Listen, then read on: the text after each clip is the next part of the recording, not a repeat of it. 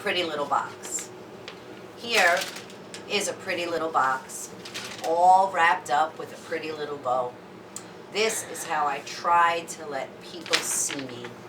I try really hard to look all put together, happy and joyful. But is this true? Is what is on the outside of this box what it looks like on the inside? Is it pretty and lovely on the inside?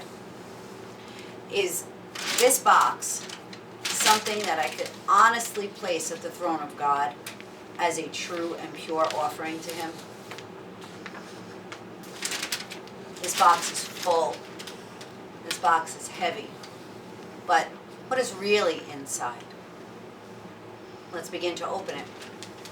First, I will have to rip away the pretty bow and the paper. And that's hard, because then everyone's going to see the rawness and the ugliness of what's underneath. So, as I tear away this paper, we find an old, beat up, bruised, dirty box that can barely stand on its own. And it's even being held together with tape. But now we have to see what's on the inside, even deeper than what we're seeing here. I'm going to take the stuff out piece by piece and reveal what's on the inside. And what we find in here are words like hate and pain, sin, feelings of hurt and anger, ugly, unlovely, unlovable, loneliness, dirty, sadness, unworthy, guilty, shame,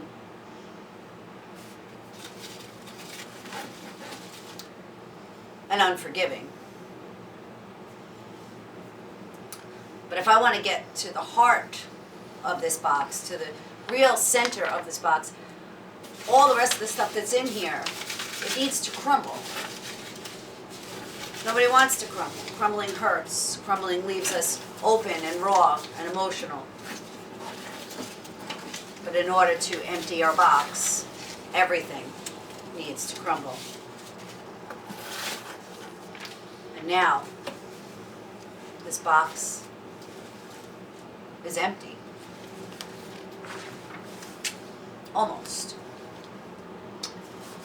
Because once I'm open and honest enough to unpack all of this junk and truly lay it down at the throne of God, I can then allow Him to handle each one of these situations, each one of these feelings, and then I know that He will and can wash away and even burn up all of these things that I felt inside, all of these things I left sitting in there.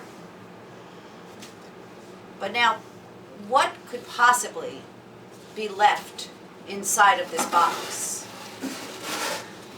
Well, because of the cross, I have forgiveness, I have hope, and I have grace.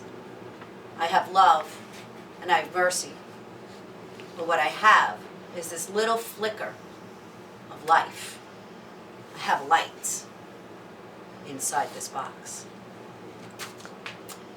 There is there is the fire of the Holy Spirit.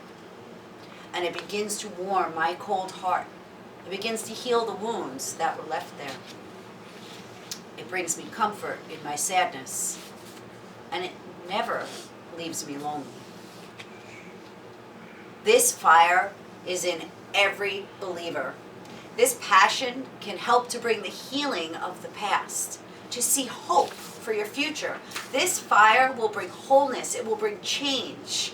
And once this fire is fanned by God, it will be set ablaze, and we won't be able to contain it. And I know I don't want to contain it. And do you know what happens to a fire that is not contained? It spreads. And that's when we will see others catch this flame. Our friends, our co-workers, our spouses, our kids, our families, they will be changed and they will be set aflame. And then they will be transformed into what God has created them to be. This fire of the Holy Spirit is so powerful that we won't have to preach it. It will be by our actions, by our demeanor, and by how we face life's struggles on a daily basis. That's what others will see.